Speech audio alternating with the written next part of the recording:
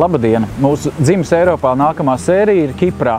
Un Kipras zelta laiki bijuši no 2000. līdz 2010. gadam. Pēc smagās banku krīzes te algas strauji gāja uz leju, pieauga bezdarbs. Pienāca krīze un viss algas cilvēkiem nokrita zemē, novēlās. Kas glābi Kipru, tas ir turisms un zemie nodokļi. Te vēl ar vienu ir liela krievu vai krievalodīgo kopiena, miljonāru jahtas, dārgas villas. To visu jūs te varat redzēt, uzrakst krievu valodā par to visu раидījumā. Если интересно, приезжай на ГИБ, познакомиться у нас, друзья, люди, как ты видела на камере. Спасибо большое. Желаю удачи. Спасибо вам. Очень приятно.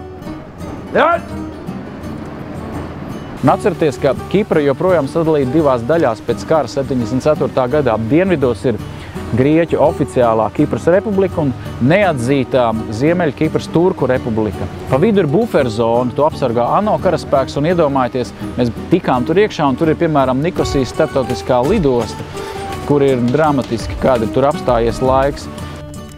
Kipras aviolīnijās bija 4 lidmašīnas. Vienu sabombardēja Turku armija, otrai Londonas muzejā, 3.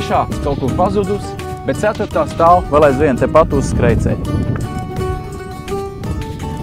Bijām arī ziemeļdaļā caur kontrolu punktu, kur daudz ko nevar filmēt, bet ziemeļos satikām Bayramoglu kungu, 78 gadus vecu biznesmeni, kas joprojām tirgo apavus un katru rītu satiek savus bērnības draugus.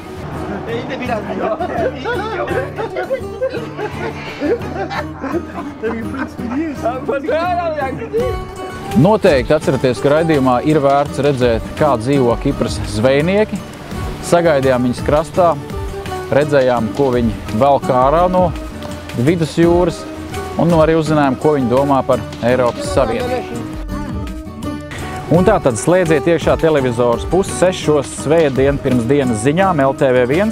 Ja jūs paši braucat uz Kipru, atcerieties, stūra šeit ir labajā pusē. Ir jāuzmanās un atcerieties jāuzmanās arī no saules, vajadzīgs pretiedeguma krēms, tomēr vidusjūras valsts. Uz tikšanos! Atklājam sezonu!